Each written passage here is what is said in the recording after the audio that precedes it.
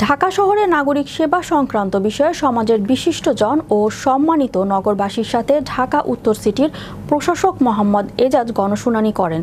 বুধবার বিকালে ডিএনসিসি অঞ্চল 2-এর কার্যালয়ে অনুষ্ঠিত হয় এই গণশুনানিতে ডিএনসিসি অঞ্চল 2-এর অন্তর্গত সকল ওয়ার্ডের আওতাধীন স্কুল কলেজের শিক্ষক, মসজিদের ইমাম, বাজার কমিটির সভাপতি, সাধারণ সম্পাদক, নেতৃবৃন্দ, সোসাইটির নেতৃবৃন্দ, যুবক ও ছাত্র প্রতিনিধি এবং স্থানীয় গণ্যমান্য ব্যক্তিবর্গ অংশগ্রহণ করেন।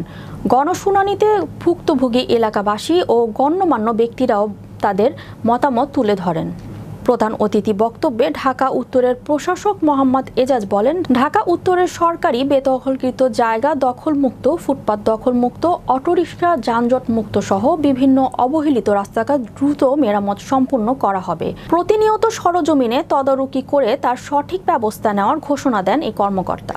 নাগরিক সমস্যা, দ্বিতীয় হচ্ছে যে এই ওপেন স্পেস আমরা কিভাবে উদ্ধার করব, সেটার জন্য আমরা ধারাবাহিকভাবে 10টি জোনে 10টি জায়গায় 10 দিনে আমরা এই শুনানিগুলো করব।